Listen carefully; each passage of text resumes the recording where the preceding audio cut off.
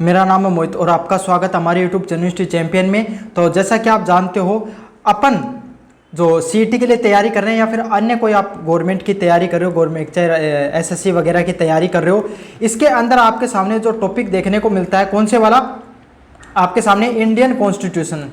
कौन सा? Indian constitution का जो आपके सामने पेपर देखने को मिलता है उससे संबंधित आपके सामने अभ्यास सीरीज की शुरुआत कर रहा हूँ। कौन सी सीरीज की? अभ्यास सीरीज है, उसकी शुरुआत की जा रही है। इसके अंदर जितने प्रश्न होंगे पहले टॉपिक से लेकर लास्ट टॉपिक तक आपके सामने प्रीवियस ईयर प्रश्न जो सबसे ज्यादा रिपीट हुए उन्हीं प्रश्न को करवाने वाला हूं। उसका class number part number first है, वो आज से आपके सामने शुरुआत हो रही है। चैनल को जोर से सब्सक्राइब कर दो अगर ऐसे वीडियो को आप डेली देखना चाहते हो तो। चलिए शुरू करते हैं पहले प्रश्न से। भारतीय संविधान की प्रकृति के बारे में किस विद्वान ने कहा कि यह एक ऐसा परिसंघ है जिसे केंद्रीकरण की सशक्त प्रवृत्ति है? देखो, इस भाषा को समझना बहुत जरूरी है। उस व्यक्ति ने क्या कहा भाई आपके सामने कि यह एक परिसंघ है। क्या है? परिसंघ है। तो परिसंघ क्या होता है? एक आपके सामने एक ऐसा संघात्मक संरचना होती है जहां पर केंद्र और जो राज्य क्या होता है, केंद्र और राज्यों के बीच में, केंद्र और राज्यों के बीच में आपके सामने क्या होती है, शक्तियों का आवंटन होता है। जैसे कि भाई आयुष्मान भारत योजना पर राजस्थान का टिचालिया करती सेंट्रल गवर्नमेंट में, राजस्थान का टिचालिया करती चिरंजीवी चालिया करती। अब मोदी जी उड़ाता और कहता कि भाई मुख्यमंत्री राजस्थान को आयुष्मान भारत योजना लागू नहीं कर रहे। इन्होंने राजस्थान को मुख्यमंत्री के खतो बोले माली चिरंजीवी योजना थालियों बढ़िया है, मैं क्यों करा लागू। तो यही सब आपके सामने वाद चलता रहता था। तो यही जहां पर केंद्र की भी शक्तियां होती हैं और आपके सामने राज्यों की भी शक्तियां होती हैं। अब देखो तानिक थोड़ा सा दिन पहले जंतर मंतर पर प्रोटेस्ट हो, दिल्ली पुलिस के करी लाठीचार्ज करी, है ना, दिल्ली पुलिस के करी लाठीचार्ज करी। तो आरोप की पर लाग रही गृह मंत्री अमित शाह पर लाग रहे हैं कि बोले बताओ साहब, बोले लाठीचार्ज करने का कौन उबा दिया। तो दिल्ली पुलिस किसके अंडर आती है भाई? दिल्ली पुलिस है वो किसके अंतर्गत आती है? दिल्ली पुलिस है वो आपके सामने किसके अंतर्गत आती है? गृह मंत्रालय, होम मिनिस्ट्री के अंतर्गत आती है। ठीक है। और राजस्थान पुलिस अगर आपके सामने अगर लाठीचार्ज करती तो किससे पूछते? राजस्थान के आपके सामने मुख्यमंत्री से पूछते। तो आप ये समझो सर, दिल्ली पुलिस तो होम मिनिस्ट्री के अंडर आ रही है और राजस्थान पुलिस राजस्थान के।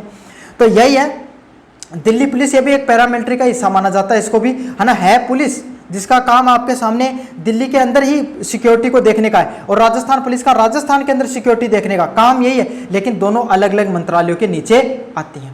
समझ में आ गया? वैसे पुलिस है ना वो राज्यों के अंतर्गत ही आती है, राज्य सरकार ही उस पर फैसले लेती है, लेकिन दिल्ली आपके सामने क्या केंद्र शासित प्रदेश है, इसलिए वहां की पुलिस उस किसके अंदर आती है? होम मिनिस्ट्री के अंदर आती है, गृह मंत्रालय के अंतर्गत आती है। समझ में आ गया? तो कुछ शक्तियां जो केंद्र के पास है, कुछ शक्तियां आपके सामने, जैसे अब आर्मी है, आर्मी को कौन आपके सामने निर्देश करेगा? अपनी होम मिनिस्ट्री देगी, जो डिफेंस मिनिस्ट्री है वो देगी, रक्षा मंत्रालय देगा। समझ में आएगा? और पुलिस को कौन देता है? राजस्थान सरकार या जो राज्य की सरकार होती है वो देती है। तो यही बात यहाँ पर कही गई है कि भारतीय संविधान एक ऐसा संविधान है जहां पर क्या है, शक्तियां तो केंद्र और राज्य दोनों के पास है, लेकिन सबसे ज्यादा शक्तियां किसके पास है भाई? केंद्र के पास है। किसके पास है? केंद्र के पास ज्यादा शक्तियां हैं। ये शब्द किसके द्वारा कहे गए हैं आपके सामने? सर आइवर जेनिंग्स के द्वारा कहे गए हैं। ऑप्शन नंबर बी है वो एकदम करेक्ट होने वाला है। चलिए, भारतीय संविधान को अर्धसंघीय क्वासी फेडरल का क्या क्यों कहा गया है?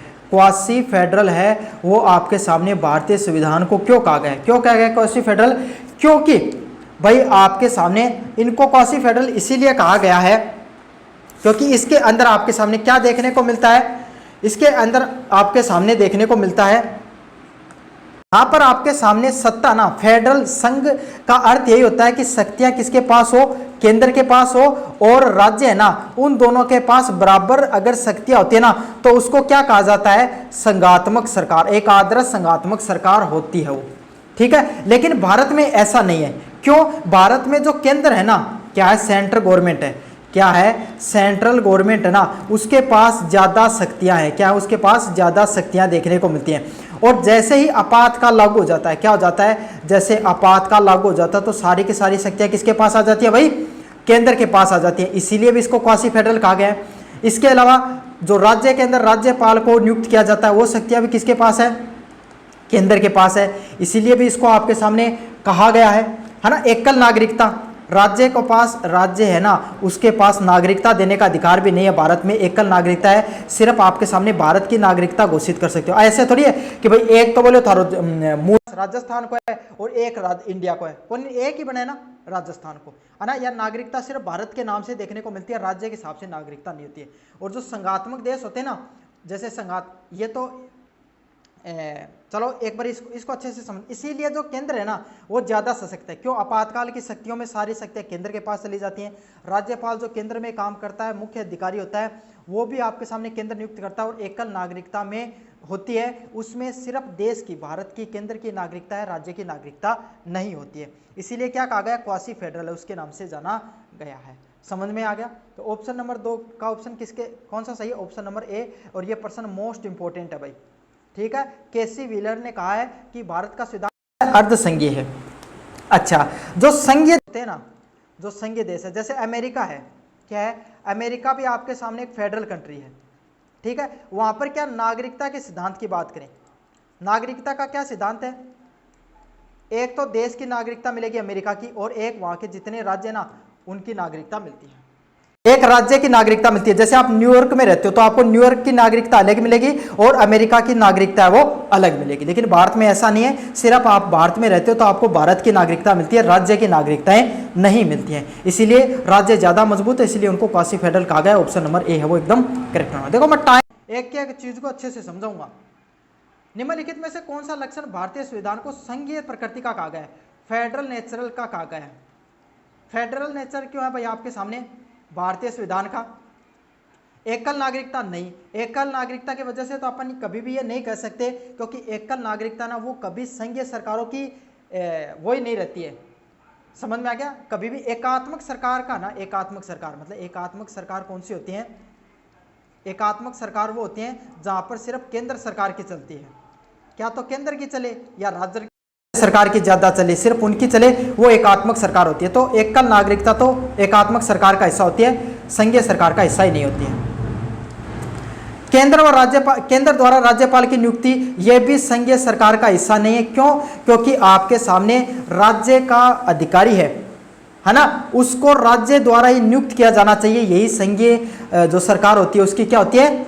आपके सामने नेचर होता है। समझ में आ गया? क्यों? संघीय सरकार में और केंद्र और राज्य के पास बराबर शक्तियां होती हैं। अगर केंद्र नियुक्त कर रहा राज्यपाल को, इसका मतलब केंद्र के पास ज्यादा शक्तियां हैं, वो क्वासी फेडरल में आ जाता है।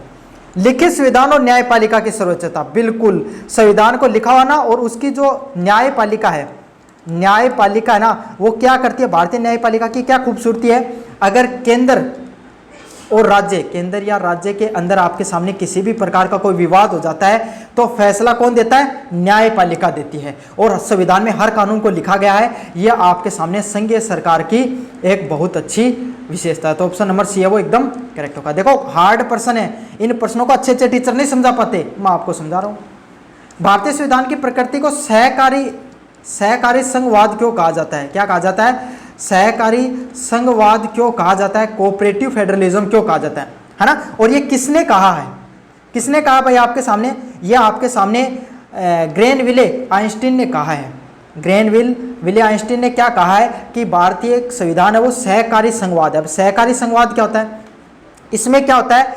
राज्य सरकार और केंद्र सरकार, राज्य सरकार और केंद्र सरकार है, वो दोनों जनता की भलाई के लिए काम करती हैं। बिल्कुल भारत में ऐसा होता है, कुछ फैसले केंद्र सरकार लेती है, जैसे कि भाई आपके सामने अगर परमाणु कार्यक्रम, कोई परमाणु क्या करना है, एक परमाणु संयंत्र लगाना है, मान लो राजस्थान के अंदर बिजली की कमी पड़ रही है, केंद्र सरकार फैसला लेगी, है ना। और अगर आपके सामने कोई स्वास्थ्य हो गया, पुलिस से संबंधित कोई अगर अपडेट करना तो राजस्थान सरकार लेगी। तो हो रहा तो जनता की भलाई है ना, दोनों मिलकर आपस में काम करते हैं। तो सहकारी संघवाद होता है जहां पर केंद्र सरकार और राज्य सरकार दोनों मिलकर जनता की भलाई के लिए फैसले लेते हैं। ऑप्शन नंबर बी है वो एकदम करेक्ट होने वाला है।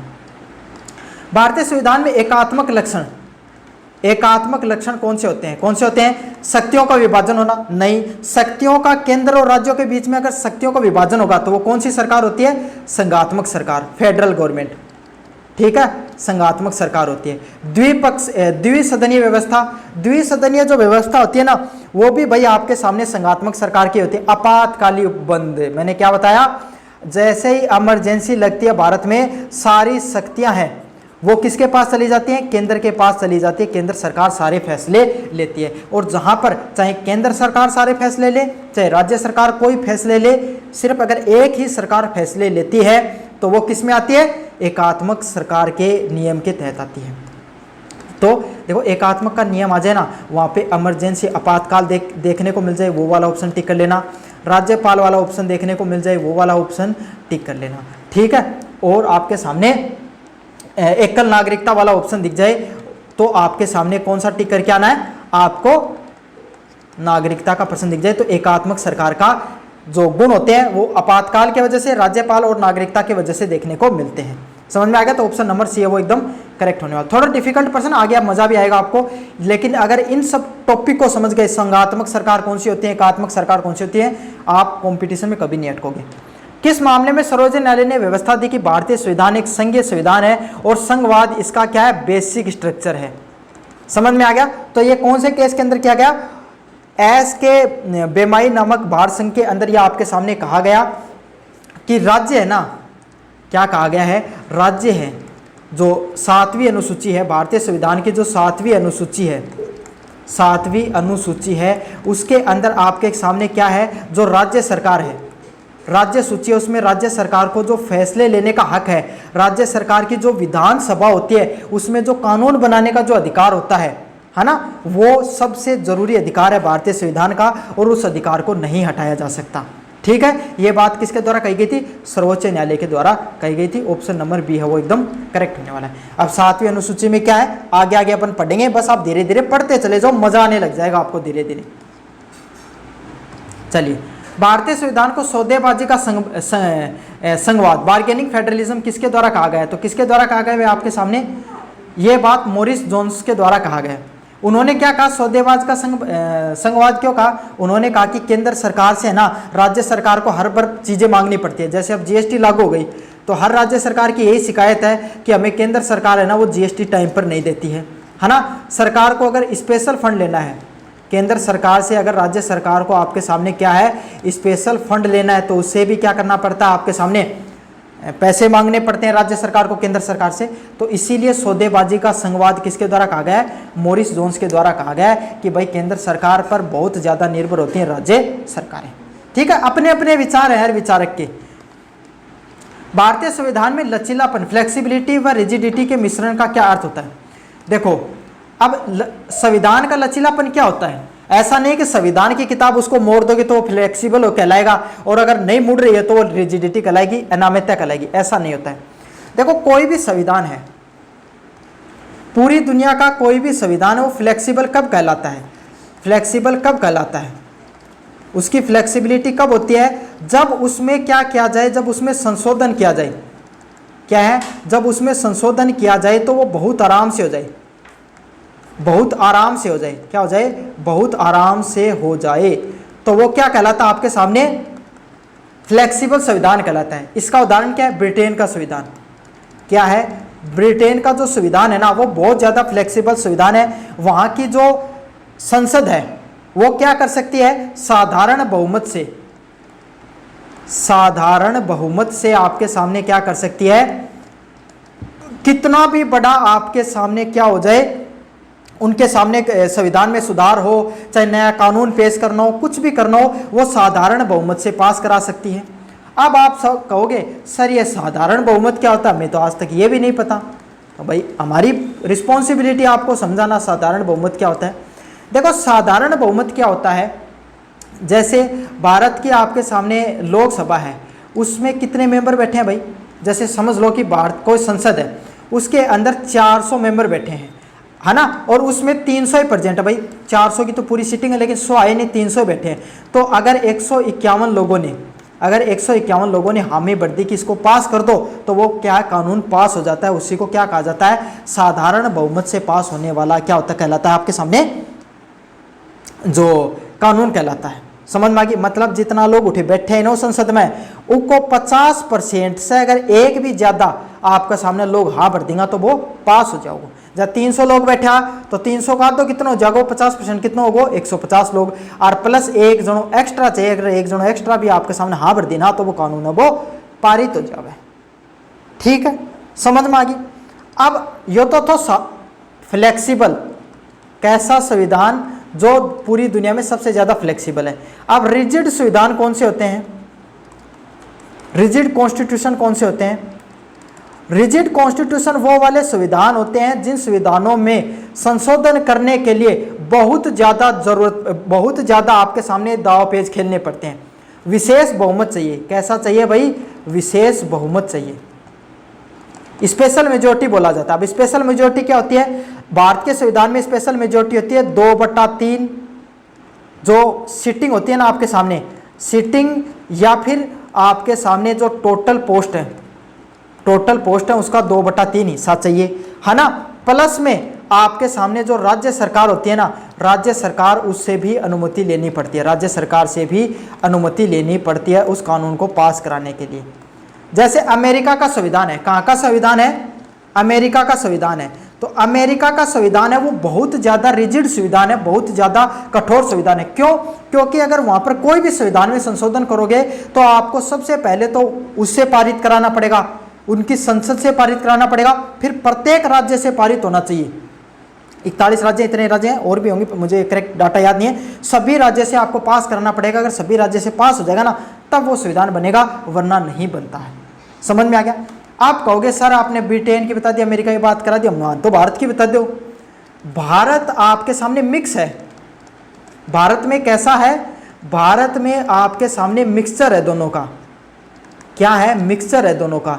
भारत फ्लेक्सिबल भी है, भारत में फ्लेक्सिबिलिटी भी है संविधान में, और रिजिड भी है। जैसे कि अगर हमें कोई राज्य में कोई राज्य है, नया राज्य बनाना है, क्या करना है? नया राज्य का निर्माण करना है। ठीक है, आपके सामने अनुच्छेद नंबर 3 में दिया गया है, अगर हमें कोई भी राज्य का निर्माण करना है तो हम क्या कर सकते हैं? उसको साधारण बहुमत से पारित करा सकते हैं। क्या करा सकते हैं? साधारण बहुमत से पारित करा सकते हैं। लेकिन अगर अपने को कोई जीएसटी जैसा बड़ा आपके सामने क्या करना है, कोई बड़ा बदलाव करना है, तो उसमें क्या करना पड़ेगा? स्पेशल मेजोरिटी प्लस आपके सामने क्या है, जो आधी जो राज्य सरकार होती हैं उनसे भी अनुमति लेनी पड़ती है, तब पास होते हैं। समझ में आ गया? तो भारत दोनों है, फ्लेक्सिबल भी है और रिजिड भी है। समझ में आ गई? कौन सा संविधान फ्लेक्सिबल हुआ, कौन सा रिजिड हुआ, सबकी मैं बता दी हूँ। तो अब थारा कितनी कहा पल्ला पड़े मेरे को नहीं। चलिए, इसमें कुछ प्रावधानों में साधारण बहुमत और कुछ में विशेष बहुमत से संशोधन होता है। तो भारत दोनों का मिश्रण है, लचीलापन भी है और रिजिडिटी है। जैसी जरूरत पड़ी हमने उसी के हिसाब से इसको मोड़ दिया। ऑप्शन नंबर बी है वो एकदम करेक्ट होगा। चलिए, गणतंत्र रिपब्लिक होने में भारतीय संविधान की प्रकृति क्या होनी है? कोई भी देश गणतंत्र कब होता है आपके सामने? कब होता है?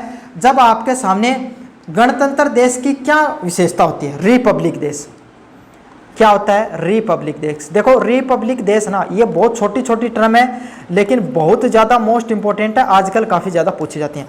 देखो, रिपब्लिक देश वो नहीं होता है जिसमें संविधान हो, क्या हो? जिसमें संविधान लागू हो, जिसमें चुनाव हो। सिर्फ यही कुछ खासियत नहीं होती रिपब्लिक देश की। रिपब्लिक देश वो होता है जो अपने फैसले खुद ले सके, अपने फैसले खुद ले सके, अपने देश में क्या करना उसको कोई दूसरी सरकार पर निर्भर नहीं होना पड़ता है। समझ में आ गया? वही देश रिपब्लिक कहलाता है, वो स्वतंत्र है अपने फैसले लेने के लिए। अफ्रीका के बहुत से देश हैं, अफ्रीका के बहुत से ऐसे देश हैं जो क्या हैं, उनमें संविधान भी लागू, उनमें चुनाव भी होते हैं, लेकिन उन्हें वो खुद के फैसले खुद नहीं ले सकते, वो कोई ना कोई दूसरे देश, यूरोपीय देश पर निर्भर करते हैं। समझ में आ गया? तो रिपब्लिक देश वही होता है जो खुद के फैसले खुद ले सकता है। ऑप्शन नंबर सी इसमें करेक्ट होने वाला है।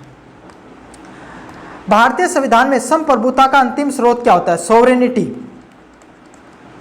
जो सोवरेनिटी है उसके सामने आपके सामने सोवरेनिटी का आपके सामने क्या अंतिम स्रोत है उसके बारे में आपको विस्तार से बताना है। क्या होगा इसका सही आंसर आपके सामने? भारत में एक राष्ट्रपति है। क्या है? भारत में आपके सामने संप्रभु देश की यही पहचान होती है, उसमें जो भारतीय एक राष्ट्रपति है वो सबसे बड़ा पद है और उसी के द्वारा फैसले लिए जाते हैं। तो ऑप्शन नंबर बी है वो एकदम करेक्ट है, वो होने वाला है। चलिए, भारतीय संविधान की प्रकृति के अनुसार शासन की संसदीय प्रणाली किस देश से लिया गया? तो भारत में जो पार्लियामेंट्री सिस्टम है, क्या है? भारत का जो पार्लियामेंट्री सिस्टम है वो कहाँ से लिया गया? भारत का पार्लियामेंट्री सिस्टम अनुच्छेद 79 में बताया गया है, जिसमें भारतीय जो संसद है उसके 3 हिस्से हैं। एक हिस्सा क्या है? राष्ट्रपति, ठीक है। एक फिर दूसरा कौन है आपके सामने? लोकसभा, और क्या है राज्यसभा। भारत में आपके सामने भारतीय संसदीय प्रणाली के 3 अभिन्न अंग हैं, राष्ट्रपति, लोकसभा और राज्यसभा। कोई भी बच्चा लोकसभा और राज्यसभा को संसदीय प्रणाली के अंतर्गत नहीं बनाएगा, तीनों चीजें आती हैं उसमें, राष्ट्रपति भी जुड़ा रहता है। राष्ट्रपति, लोकसभा और राज्यसभा अनुच्छेद 79 के अंतर्गत बताई गई हैं, ये हमारी संसदीय प्रणाली का हिस्सा है। समझ में आ गया। और ये चीज हमने कहां से ली है? ब्रिटेन से लिए। कहां से लिए? ब्रिटेन से हमने ये सब चीजें हैं वो ली हैं। समझ में आ गया आपके सामने। तो संसदीय प्रणाली कहां से लिया भारत ने? ब्रिटेन से लिए, क्योंकि भारत में भाई अंग्रेजों ने राज किया था, उनके नियम कायदे आसान पड़ते थे, उनकी हमें समझ थी, इसलिए हमने ब्रिटेन से ले लिया। भारतीय संघवाद किस देश के संघीय मॉडल को से सबसे ज्यादा निकट है? किससे है भाई? आपके सामने कनाडा से, अमेरिका। एक एक करके समझाऊंगा भारतीय संघवाद क्यों है। देखो भारतीय संघवाद है ना, उसमें क्या है, केंद्र भी अपने फैसले लेता है। क्या लेता है? केंद्र भी अपने फैसले लेता है, राज्य सरकार भी अपने फैसले ले सकती हैं। ठीक है, कुछ केंद्र सरकार के पास ऐसे अधिकार है जो उन्हीं पर सिर्फ केंद्र सरकार कानून बनाती है, कुछ ऐसे अधिकार है जिस पर सिर्फ राज्य सरकार अधिकार बनाती है। जैसे आर्मी से संबंधित अगर कोई फैसला लेना है ना, केंद्र सरकार लेगी। अगर परमाणु से संबंधित कोई फैसला लेना, केंद्र सरकार लेगी। वहीं पर राज्य सरकार की बात करें, अगर आपके सामने शिक्षा से संबंधित कोई फैसला लेना, राज्य सरकार लेगी। पुलिस से संबंधित फैसला लेना, राज्य सरकार लेगी। अच्छा, एक और सूची होती है समवर्ती सूची।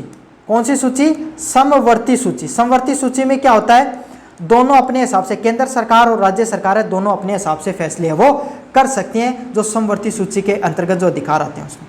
ठीक है, तो भारत में केंद्र सरकार की भी चलती है, राज्य सरकार दोनों की चलती है। भारतीय संघवाद ऐसा है, लेकिन भारत के संघ में केंद्र ज्यादा मजबूत है। चलती राज्य की भी है, चलती केंद्र की भी है, लेकिन ज्यादा मजबूत कौन है?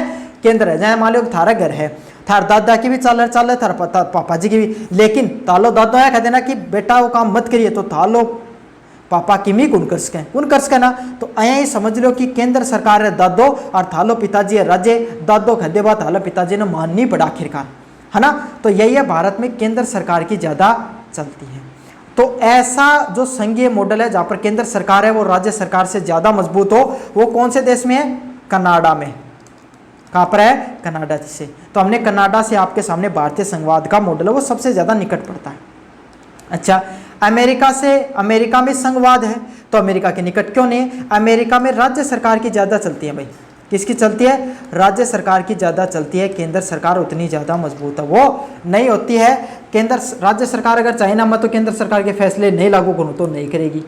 ठीक है, और भारत में क्या है, करना पड़ता आपके सामने। तो ऑप्शन नंबर सी है वो एकदम करेक्ट होने वाला है। निम्नलिखित में से किस विचारक ने भारतीय संविधान को वकीलों का स्वर्ग कहा है? किसने कहा भाई? आपके सामने 13 नंबर प्रश्न का सही आंसर क्या होगा? सर आइवन जेनिंग्स ने कहा है कि भारत का जो संविधान है ना, उसमें बहुत ज़्यादा दाव पेच है, बहुत ज़्यादा कठिन है पढ़ने में, इसीलिए ये क्या है, वकीलों का सर्वग होगा। क्या होगा? वकीलों के मजे हो जाएंगे इसमें, और ये बात सही भी है भाई।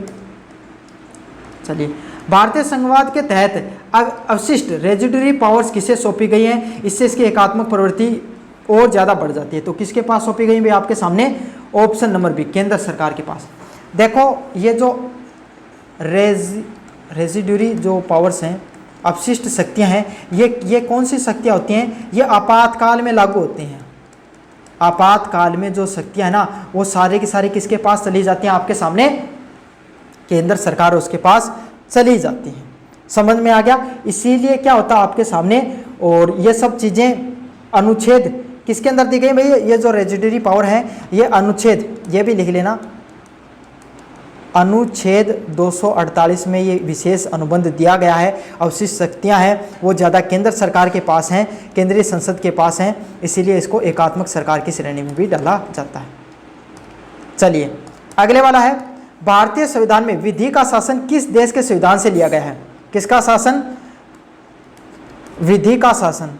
किसका शासन भाई? विधि का शासन, रूल बाय लॉ किससे लिया गया भाई? आपके सामने इंग्लैंड से लिया गया है। ब्रिटेन है, उससे हमने रूल बाय लॉ लिया गया है। इसका अर्थ क्या होता है? जो सरकार होती है ना, उसमें कानून का शासन होता है, चाहे भारत का राष्ट्रपति हो, चाहे भारत में एक आम व्यक्ति हो। जो सरकार, जो संविधान में जो कानून बनाए गए हैं वो सब पर कानून रूप से लागू होते हैं। हमें जो राष्ट्रपति उसको कोई विशेष छूट नहीं होगी, आम आदमी को कोई विशेष छूट नहीं होगी, सबके लिए बराबर है वो कानून है। इसी को विधि का शासन कहा जाता है, और ये हमने कहाँ से लिया है? ब्रिटेन से लिया गया है। समझ में आ गया। और ये सिद्धांत है, ये किसके द्वारा दिया गया था?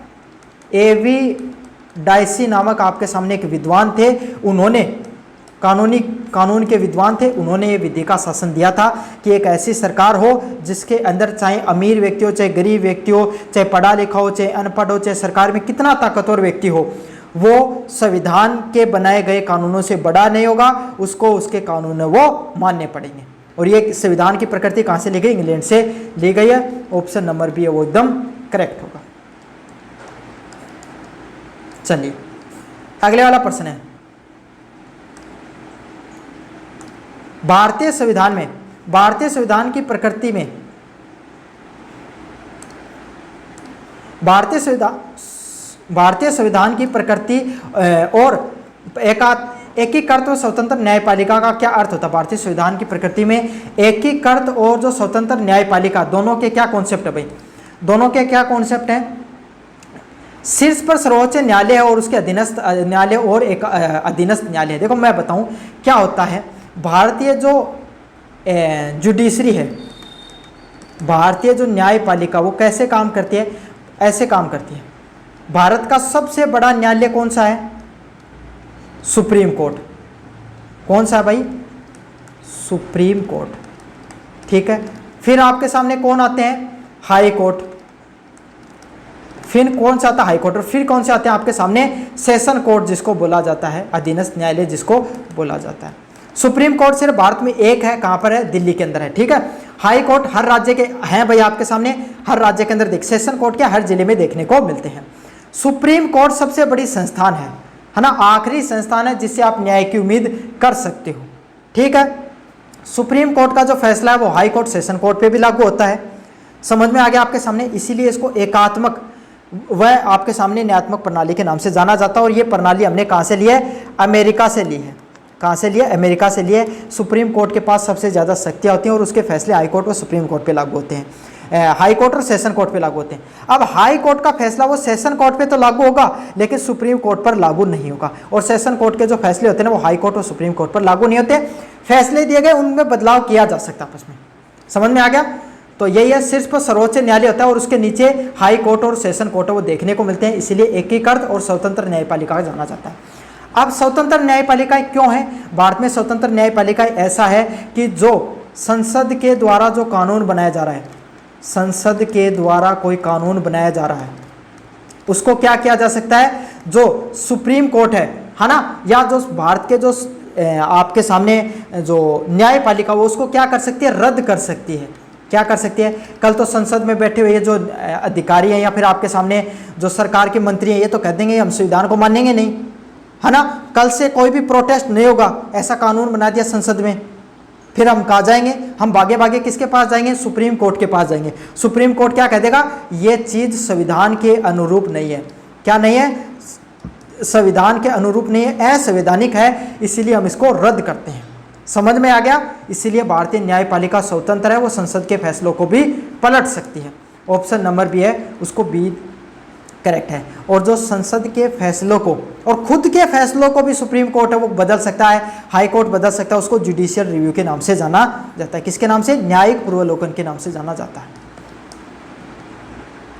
अगले वाला प्रश्न है, भारतीय संविधान की विशालता और व्यापकता के कारण विश्व के सबसे बड़े लिखित संविधान माना जाता है। इसके पीछे कारण क्या है भाई?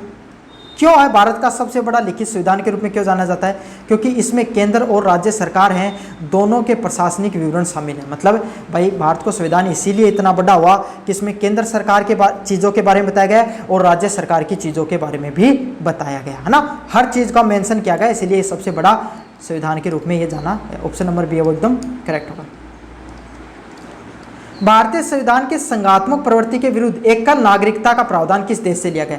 देखो जो संघात्मक प्रकृति है भारतीय संविधान की, कैसी प्रकृति है? संघात्मक प्रवृत्ति है। मैंने बार बार बताया संघात्मक सरकार वही होती है जिसमें केंद्र सरकार और राज्य सरकार की ज़्यादा चलती है, लेकिन भारत में केंद्र सरकार की ज़्यादा चलती है। क्यों? क्योंकि आपातकाल लगता है तब केंद्र के पास सारी शक्तियाँ आ जाती हैं। राज्यपाल को भी कौन नियुक्त करता है? आपके सामने केंद्र सरकार करती है। और एकल नागरिकता भी है, उस केंद्र सरकार के अंतर्गत आती है। इसीलिए भारत में संघात्मक सरकार के अपवाद भी हैं, ठीक है।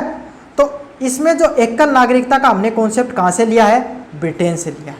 कहाँ से लिया है? हमने जो संघात्मक सरकार होते हैं ना, उसमें राज्य की अलग सिटीजनशिप होती है, नागरिकता होती है, और राज्य की अलग नागरिकता होती है। जैसे अमेरिका में होता है भाई, राज्य सरकार की अलग नागरिकता है, केंद्र सरकार की अलग नागरिकता है। लेकिन भारत तो संघात्मक होते हुए भी एकल नागरिकता है, केंद्र सरकार है।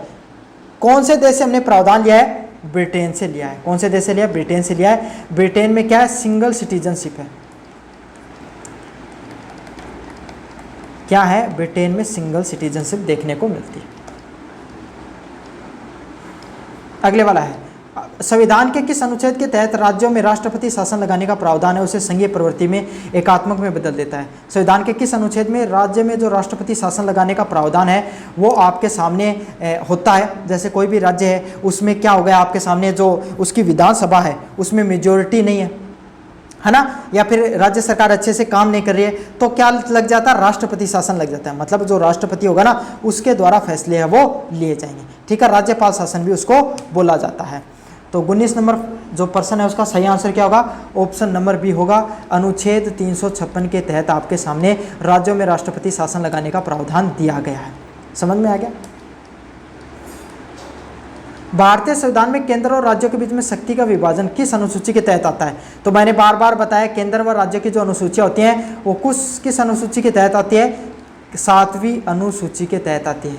किसके अंतर्गत आती है? 7वीं अनुसूची के तहत आती है।